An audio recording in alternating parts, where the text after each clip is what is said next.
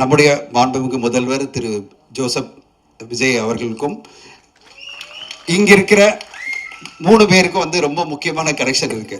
நம்முடைய ஜோசப் விஜய் சாருக்கும் இங்க இருக்கிறவங்களுக்கும் முதல்ல எனக்கு ரொம்ப சந்தோஷமா இருக்கு முருகதாஸ் சாரை பார்க்கறதுக்கு. அவருடைய 3 திரைப்படங்களுமே நம்முடைய விஜய் சாருடைய படங்கள்ல அவருடைய மிகப்பெரிய கரியர் அடுத்த கட்டம் போறதுக்கு மிகப்பெரிய துணையா இருந்தது 3 படங்கள்.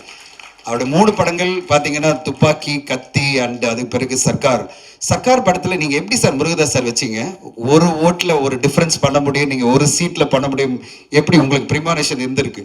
ஏதோ நடக்க போகுது ஒரு 5-6 வருஷம் கழிச்சின்னு சொல்லிட்டு அப்பயே நீங்கள் ஒரு படத்துலேயே சர்க்கார்லேயே அதை வச்சுட்டீங்க. கத்தியில் அவர் கொண்டு வந்த அந்த சோஷியல் இஷ்யூ, அந்த ஃபார்மர்ஸ்க்காக கொண்டு வந்த இஷ்யூவில் தான் நான் வந்து விஜய் சார் அப்போ பார்க்கும்போது நான் ஒரு விழாவில் சொன்னேன், சார் நீங்கள் கமர்ஷியல் திரைப்படங்களாக பண்ணும்போது முதல் முறையாக ஒரு படம் இவ்வளோ எமோஷனாக இவ்வளோ அழகான பெர்ஃபார்மன்ஸ் நீங்கள் கொடுத்துருந்தீங்கன்னு சொன்னேன்.